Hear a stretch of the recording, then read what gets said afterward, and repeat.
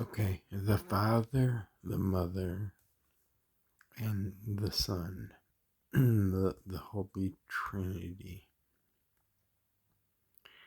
It is what we are. The Son represents both the man and the woman, because the original idea that God had, he was not putting his full thought. He did not understand fully what he was creating at first. And then he realized what he did, and so he had to drop in another program, another thought into the original thought in order to uncorrupt it, to save it, to make it a pure thought. So that explains how Jesus was born.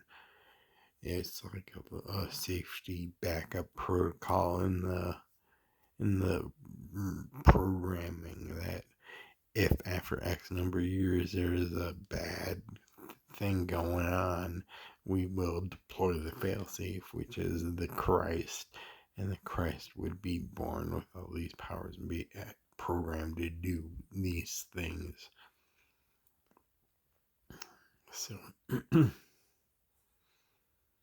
the thought has, you can sneak into the thought like Inception, make it the thought think it's different thought, and make it realize its own omnipotence, the make it realize that it is a part of God, it is God. So it can uncorrupt itself once it knows this and return to a pure thought form.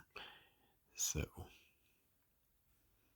that's one way to view this. One way to view things is that we are a corrupted thought, and that thought karmically is creating bad thoughts subconsciously, because it doesn't understand that it's creating the thoughts, but does subconsciously aware that it is manifesting. So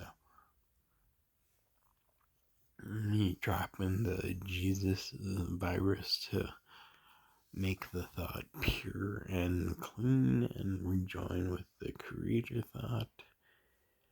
So everything's good, hunky-dory, and that's how you eliminate karma. You go through and you change, you activate and get rid of all those negative thoughts you've set out in the world. So all negative thoughts in the world need to be purged. We need to not have to have positive thoughts. Everything is positive, and the secret is, anything you do, if you believe you are right and that it is good, that is all that counts. Are you at peace with yourself? Because, you can't just say, yes, I am. You have to know if you are, all the way down to the subconscious level, because you could be like, yeah, I'm fine. I didn't do anything, but in the back of your mind, there's a little nagging doubt. And if you have that's yourself judging yourself. Because if you know you're right, you're right. There's no one can convince you otherwise. It is a position you cannot be convinced of, period. Because if you were convinced of it, you wouldn't be saying you were right. But when you know you are right, and you will not sacrifice, and you would give up your life just to be correct. That is how powerfully strong it is. Nobody could change your mind. They could kill you. They could torture you. You will not bend. You will not break. And then, yeah, so. And then, but when you repair your karma, when you clear your subconscious things, when you start knowing you're God and that you are right and you are a pure being of love and light, you go back and you repair all the karma. You're freed from the karma, and you become a clear thought. so it clears you up a bit. Because we're all cloudy, but we want to be clear, to quote Scientology. So you do want to get all those subconscious little emotional baggages. You want to get all that cleaned up. You want to make everything in your mind 100%. You know for a fact everything is right. You are God, and that's what you become.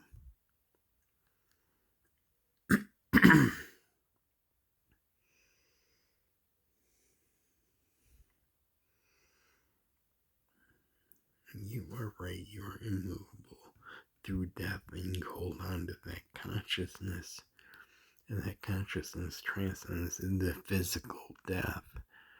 And when you're on the other side, then your consciousness has a connection to more thought, but there is no space-time.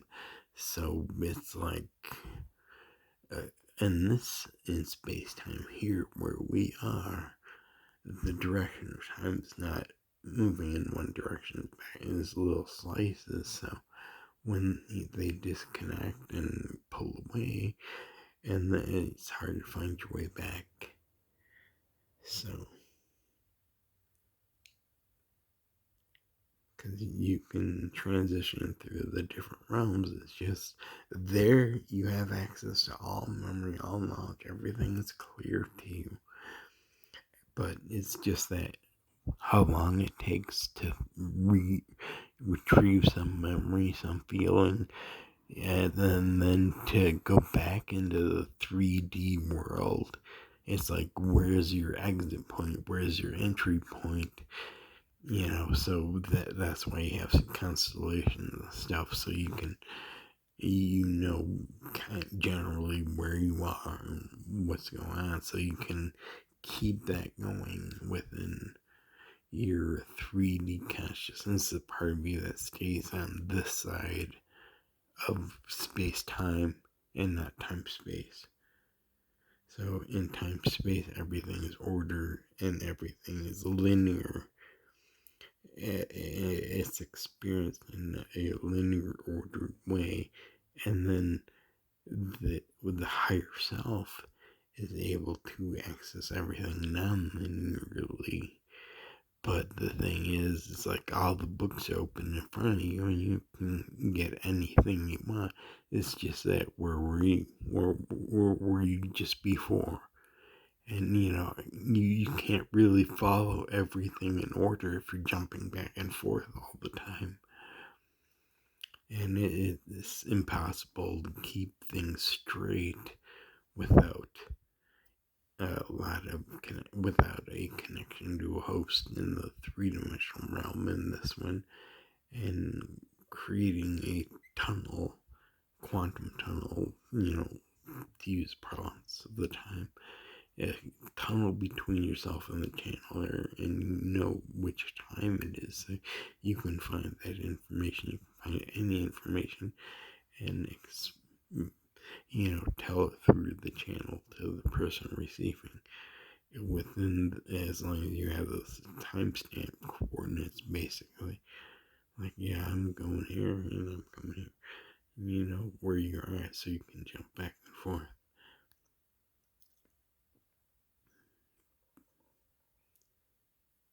But that's only because your consciousness on the higher self side is unbound by time and space and can be anywhere or anything for as long as it wants.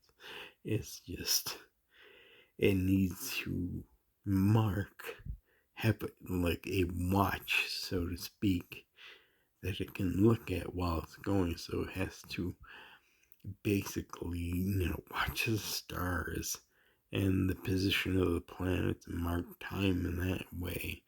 And since they're boundless, they can see the stars and planets. They understand where that is. They can see right through us. They're fifth dimensional beings, where through our 3 dimensions are just like transparencies to them. And that explains why some dreams are so much more realistic. It's because your consciousness is observing the universe from a higher dimensional perspective. That you're seeing more. It's like in high definition, but you can feel. You can see the smell of things and taste the texture and all that. It's like synesthesia. Being in that dimension is that all the senses work and you're picking up every sense from every direction. All you're doing is focusing the camera where you want to look.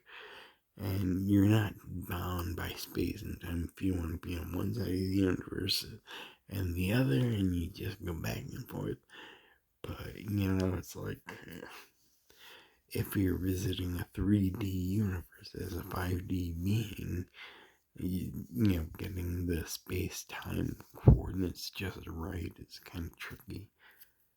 Like, you can always be in the same spot. You can always appear in the right galaxy, on Earth. So you could do that, but then, also the time, it's like the Heisenberg uncertainty principle on another level is that the entity from the fifth dimension visiting the third dimension can't keep track of the time and the space at the same time. Like Heisenberg, you can, when you observe an atom, you know its speed or you know its spin, or you can't know both, or yeah. So it's like you can know its speed, but you won't know its spin, and you can know its spin, but you don't know its speed. So on this side, you can know the spin, or you can know the time something happens and be in the 3D universe during that time of the universe. Because time is the same everywhere. So it's like 1 o'clock here, it's 1 o'clock all the way on the other side of the universe. It's all the same. The distancing is the space, but it's the same time. Like I said, you can understand what time and be somewhere at a certain time, but then to also know where you're at in space. That's where you have to get there during that time. See where the stars are. Like, okay, triangulate your position, and then you can triangulate from there where you're at and where you're going. So navigation. That's why, people learned how to circumnavigate the globe so easily, because that's how fifth dimensional beings get around through our 3-dimensional universe, because they can only appear at a certain time or at a certain place, but not both at the same time.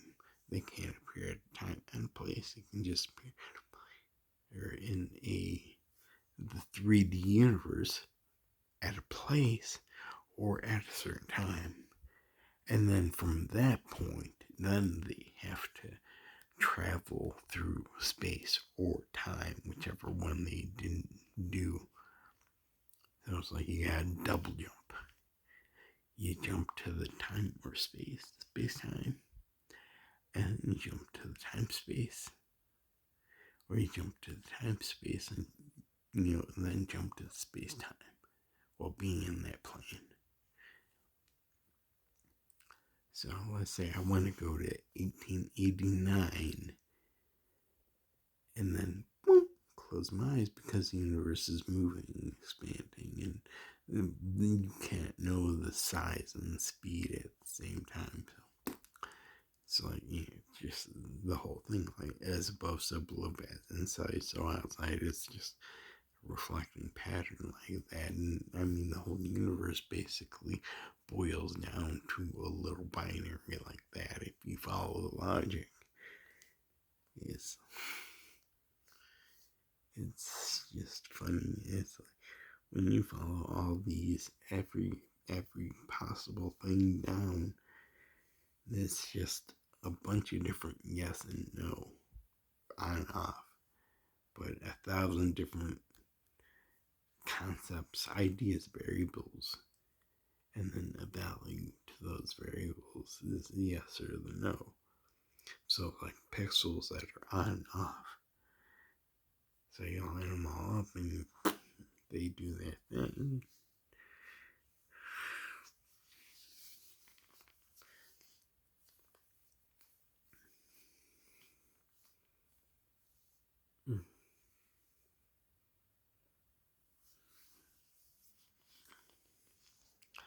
So